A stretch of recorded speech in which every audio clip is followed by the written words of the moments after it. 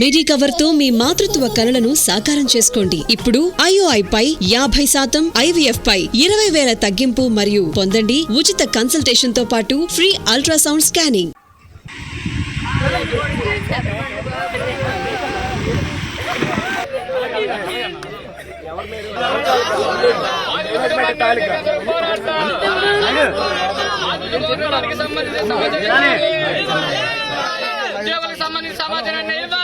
బహిర్గతం చేయాలి.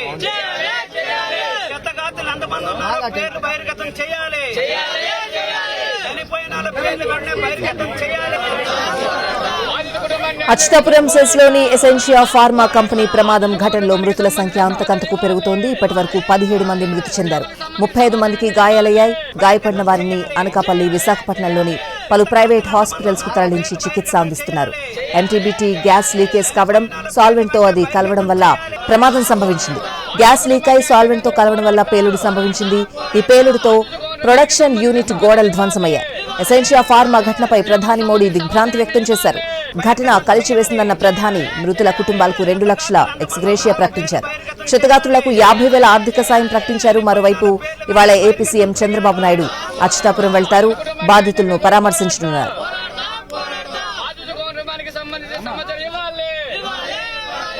నిన్న మధ్యాహ్నం సుమారు 1:30 గంటల సమయంలో అచ్యుతాపురం సెస్ లోని ఎసెన్షియా ఫార్మా కంపెనీలో పేలుడు సంభవించింది. ఈ ఘటనలో 17 మంది మృతి చెందగా 10ల సంఖ్యలో కార్మికులకు గాయాలయ్యాయి. గాయపడిన వారిని స్థానిక ఆసుపత్రులకు తరలించారు. మృతుల సంఖ్య ఇంకా పెరిగే అవకాశం ఉంది. ఘటన జరిగిన వెంటనే కంపెనీ పరిసరాల్లో పొగాలముకుంది. దీంతో సహాయక చర్యలకు ఆటంకం ఏర్పడింది. ఘటన జరిగిన వెంటనే ప్రాణభయంతో కార్మికులు బయటకు పరుగులు తీశారు. ఈ ప్రమాదం జరిగిన సమయంలో పరిశ్రమలో దాదాపు 300 మంది కార్మికులున్నారు.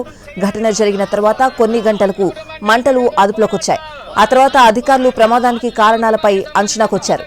MTBE గ్యాస్ లీక్ అయి సాల్వెంట్ తో కలవడంతో ప్రమాదం సంభవించినట్లు నిర్ధారించారు. ప్రమాదానికి ఫార్మా కంపెనీ భద్రతా వైఫల్యమే కారణమని తేల్చారు.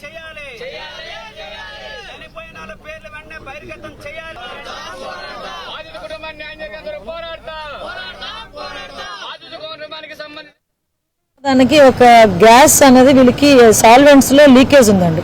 ఆ సాల్వెంట్స్ లో లీకేజ్ ఏదైతే ఉందో ఆ లీకేజ్ ని కొంచెం క్లియర్ చేయడానికి అని చెప్పి వాళ్ళందరూ కూడా ప్రయత్నం చేస్తారు. ఆ ప్రయత్నం చేసే లోపే అక్కడ వాళ్ళకి ఒక గ్యాస్ అన్నది మిథైల్ టర్ట్ బ్యూటైల్ ఇథర్ అని అంటారు. MTBE అనే ఒక గ్యాస్ అది ఫామ్ అయిపోయింది. అదేమైందంటే ఆ పైప్ లైన్స్ నుంచి ఏసీలోకి వెళ్ళి మొత్తం అది టాప్ ఫ్లోర్ నుంచి కింద ఫ్లోర్ వరకు అది స్ప్రెడ్ అయిపోయింది. ఎప్పుడైతే స్ప్రెడ్ అయ్యిందో ఎలక్ట్రికల్ స్పార్క్ కి ఒకేసారి అది బ్లాస్ట్ అయిపోయింది. చాలా మంది రియాక్టర్ పేలింది అదే అన్నారు, కానీ రియాక్టర్ కాదు, అది కేవలం గ్యాస్ లీకేజ్ వల్ల అది జరిగిన సంఘటన. ఇందులోనే యాజమాన్య నెగ్లిజెన్సీ ఉందా, నిజంగా యాక్సిడెంటల్ గా జరిగిందా అన్నది విచారణ కూడా చేపడుతున్నాం. కాబట్టి యాజ్ ఎర్లీ యాజ్ పాసిబుల్ దాని మీద కూడా మనకి ఒక కంక్లూజన్ వస్తుంది. బిల్డింగ్ కొలాప్స్ కాదండి, ఏదైతే బ్రిక్ స్ట్రక్చర్ ఉంటుందో బ్రిక్ స్ట్రక్చర్ అంతా నేను వెళ్ళి చూసి వచ్చాము. బ్రిక్ స్ట్రక్చర్ అంతా పడిపోయింది. పిల్లర్ మీద మాత్రమే ఉంది ఇప్పుడు ఆ బిల్డింగ్. ఫాల్ సీలింగ్ మొత్తం పడిపోయింది. బ్రిక్ స్ట్రక్చర్ అంతా పడిపోయింది. ఒకే వాల్ కిందనే 5 ఉండిపోయారు. అంటే ఇది పేలి గ్యాస్ వల్ల పేలిన యాక్సిడెంట్ లో కొంతమంది చనిపోతే, కొంతమంది అయితే ఈ వాల్స్ కింద మీద పడి ప్రెస్ అయిపోయి